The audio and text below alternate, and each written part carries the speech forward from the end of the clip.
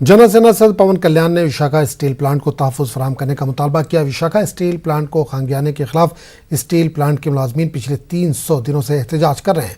एहतजाजी मुलाजमीन की तायद करते हुए पवन कल्याण ने मंगलगिरी में वाक़ पार्टी दफ्तर में एक रोज़ा हड़ताल शुरू की। पवन कल्याण की हड़ताल शाम 5 बजे तक जारी रहेगी। इससे कबल पवन कल्याण ने पार्टी कारकुनों के साथ मिलकर सड़क पर पड़े गड्ढों को कंक्रीट से भरा। इस दौरान इन्होंने कहा कि रियासत आंध्र प्रदेश में सड़कों की हालत खस्ता है, हुकूमत बुनियादी मसाइल पर तवज्जो देने से कासिर है।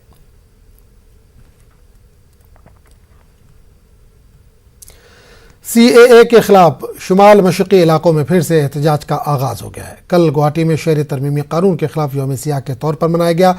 नॉर्थ ईस्ट स्टूडेंट ऑर्गेनाइजेशन यानी NESO ने शहरी तरमीमी कानून 2021 के खिलाफ एहतजाज किया।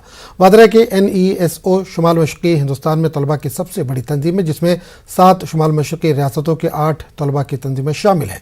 शुमाल मशरक़ के दीगर हिस्सों के साथ साथ ऑल आसाम स्टूडेंट यूनियन ने भी हफ्ते को CAA के खिलाफ एहतजाज करने के लिए गुवाहाटी में मुश्तरका तौर पर सियाह झंडे और बैनर्स लगाए।